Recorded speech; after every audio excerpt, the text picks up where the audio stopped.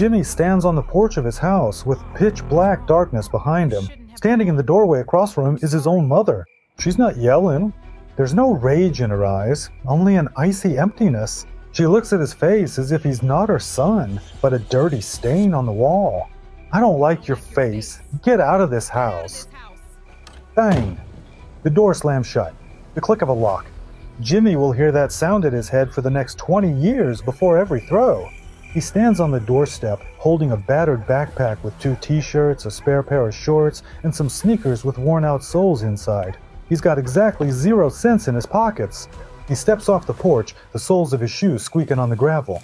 He heads toward the road without looking back. He knows that if he turns around and sees the light in the window go out, his heart will just stop. But the cruelest thing won't happen tonight. The real nightmare will begin years later, when he becomes a star, and that same woman decides that she likes his face again. And at the end of the video, we'll discuss the reasons why she treated him that way. The first night, Jimmy walks onto the school stadium. He crawls under the chain-link fence, scraping his hand on the metal. Can you smell the rust and dry grass? He squeezes himself under the wooden bleachers. It's dark there and smells like mold. He lays his head on his backpack. It's cold. At night in Texas, the ground steals away the warmth. He curls up in a ball, hugging his knees to his chest. Jimmy doesn't cry. Crying is for those who can be pitied. There's no one to pity you. The boy falls asleep to the chirping of those same crickets, flinching at every rustle. Morning, 6:15. Jimmy crawls out from under the bleachers, covered in dust, with splinters stuck in his hair. He heads to the side entrance of the school. He knows exactly when the janitor unlocks the door. Jimmy goes into the locker room. A hollow, empty hallway. He walks to the showers and turns on the faucet. The water is ice cold. He doesn't wait for it to warm up. He steps under the stream, his teeth chattering, goosebumps rising on his skin. He grabs a bar of soap someone left on the bench. He scrubs his neck, armpits, and face thoroughly. That same face. He looks at himself in the cracked mirror. His eyes are red from lack of sleep. No one can find out, he whispers to himself. He dries his hair with paper towels, puts on the same t-shirt, and heads to class. All day long, he's the best actor in the world. No one could even suspect where he slept that night. He's starving. His legs carry him to the cafeteria on their own. There, he sits down with some people he knows. Hey Jimmy, why aren't you eating? Oh, I ate so much at home. My mom made a ton of pancakes. I can't eat another bite, he lies. Meanwhile, there's a war raging in his stomach. He watches as his friend takes a bite of his burger. Jimmy looks at a piece of potato that fell onto the tray. His fingers twitch, but he holds himself back. He'd rather die of hunger than show his need. He laughs at the jokes, gives high fives in the hallway, all the while calculating who he might be able to invite himself over to today. It's Tuesday evening. Jimmy follows a classmate named Steve. Steve, listen, my folks went to Austin for a week. The neighbor has the keys, but he's at work until late. Can I do my homework at your place? Steve shrugs. Yeah, come on in. Jimmy walks into someone else's house. The smell of frying bacon blows his mind. He sits in Steve's room pretending to look at his textbook, but really he's listening to the sounds coming from the kitchen. Steve's mom calls him for dinner. Jimmy eats every last crumb. He eats so fast he almost chokes. Can I sleep on the couch? He asks quietly as it gets close to 10 o'clock. Stay, Steve's dad says. But 2 days later, the atmosphere changes. Jimmy feels it in every cell of his body. The parents exchange glances. An extra mouth, an extra person in the house. He sees Steve's mom whispering to her husband in the hallway, glancing over at him. All right, guys, I gotta go. My neighbor just got home, Jimmy says, not waiting for any questions. He's back out on the street again, backpack on, crickets chirping. He changes houses like he changes gloves. Wednesday at Kevin's, Thursday at a guy from the track team. Friday, he sleeps in the neighbor's garage, sneaking in through an unlocked window. He sleeps on the concrete floor, using an old tire as a pillow. The smell of gasoline and motor oil fills his lungs. He dreams of his mother. He dreams that she opens the door and says, I was joking, come on in. He wakes up from the cold at 3 in the morning. His reality isn't a warm bed and his mom nearby. Now, reality is concrete and a tire. His life is an endless race. He can't stop. If he stops, he'll realize just how bad things are. He starts spending more and more time at the gym. It's the only place that's warm and has water. Training, the squeak of sneakers on the parquet floor. Jimmy throws the ball. Misses. Misses again. He punches the wall, breaking his knuckles. Why? He yells in the empty gym. The boy starts shooting again. 300 shots, 500, 1,000. His arms are shaking from exhaustion, but he doesn't leave. The ball's the only thing that brings him joy right now and gives him the motivation to live. A week goes by. Jimmy looks like a shadow of himself. He's lost 11 pounds. He's on the basketball court in the park. That's where he sees Jordan Leslie. Jordan is shooting 3-pointers.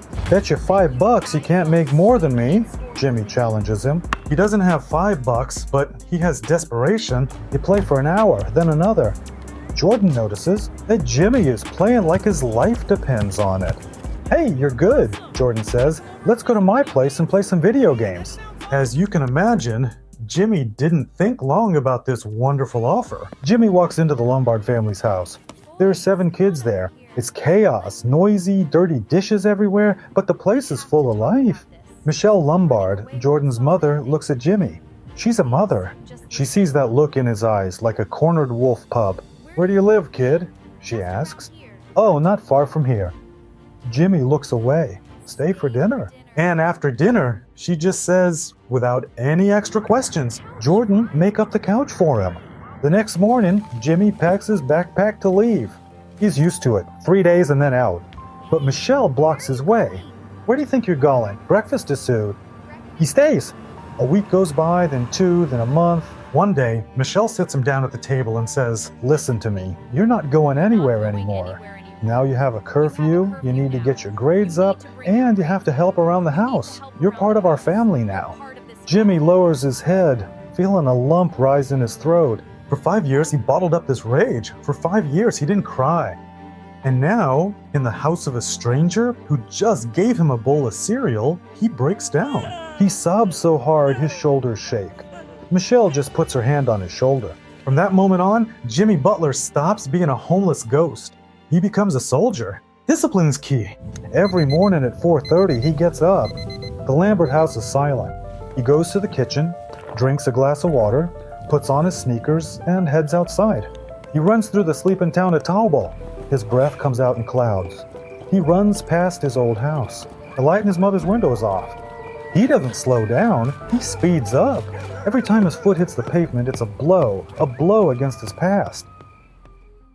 After high school, Jimmy doesn't get a single offer from any major universities. He ends up at tiny Tyler College, living in a dorm that feels more like a prison, playing just for food. But even there, when he dominates on the court, the scouts turn up their noses. Finally, Marquette University picks him up, but only as practice fodder. While the future stars are having fun, Jimmy's grinding it out on the court. Training camp. Coach Buzz Williams puts him through Hell Week. Players are passing out from the heat and the intensity. Buzz yells in Jimmy's ear, "You're trash! You're only here because I felt sorry for your foster mom." Jimmy looks him straight in the eye. Buzz doesn't see fear in him, but a bottomless black void. Jimmy doesn't argue. While everyone else goes to parties, he's running another 100 suicides. He throws up in the corner of the gym, wipes his mouth with his hand, and gets back on the line. Finally, the most important day of his life at that time arrives. The NBA draft, the biggest day of all. Jimmy sits in a suit the Lamberts bought for him. An hour goes by, then 2. 20 names are called, then 25, then 29. His name isn't among them. The analysts on air say Butler is a role player. He doesn't have star potential. The 30th pick is announced. Chicago Bulls. Jimmy Butler. He stands up, puts on the cap, walks to the stage, shakes the commissioner's hand, but his mind is elsewhere. Jimmy is thinking about a woman in Tomball who's sitting in front of the TV right now. He dreams that right now she sees this face, the very face she didn't want to see. Now this face is worth millions. Chicago, the first training camp. Jimmy walks into the locker room. Derrick Rose, the league MVP, is sitting there. Next to him are veterans with gold chains and huge contracts. Butler picks the locker that's farthest away. He doesn't buy himself a Ferrari, he doesn't buy a huge house, he rents an apartment next to the gym. "Why do you have an apartment with no furniture?" his teammates ask him. "I don't need furniture to sleep," he replies. "I need the gym." Jimmy gets to the gym before the coach and leaves after the janitor. One day, he kicks a star player off the court because he wasn't working hard enough in practice. A conflict breaks out, and the whole press is buzzing. Butler is destroying the team's chemistry. In an interview, Jimmy responds, "If you don't want to work as hard as I do, then we're not on the same path. I've been out on the street. I know what real hell is. And this is just a game." The NBA Finals. The whole world's in lockdown. Butler's ankle is injured. It's blue and so swollen it won't even fit in his sneaker. The doctors forbid him from stepping onto the court. Jimmy looks at him like they're crazy. "Wrap it up so tight I can't feel it." He plays 47 minutes, single-handedly carrying the team against the great LeBron James. Jimmy crashes into the advertising board. He's so exhausted he throws up right in the tunnel, but he gets back up. At that time, he even tried to joke with his teammates and sold them coffee for $20 in the locker room. Today, he's one of the richest athletes on the planet. His coffee brand, Big Face, is a statement.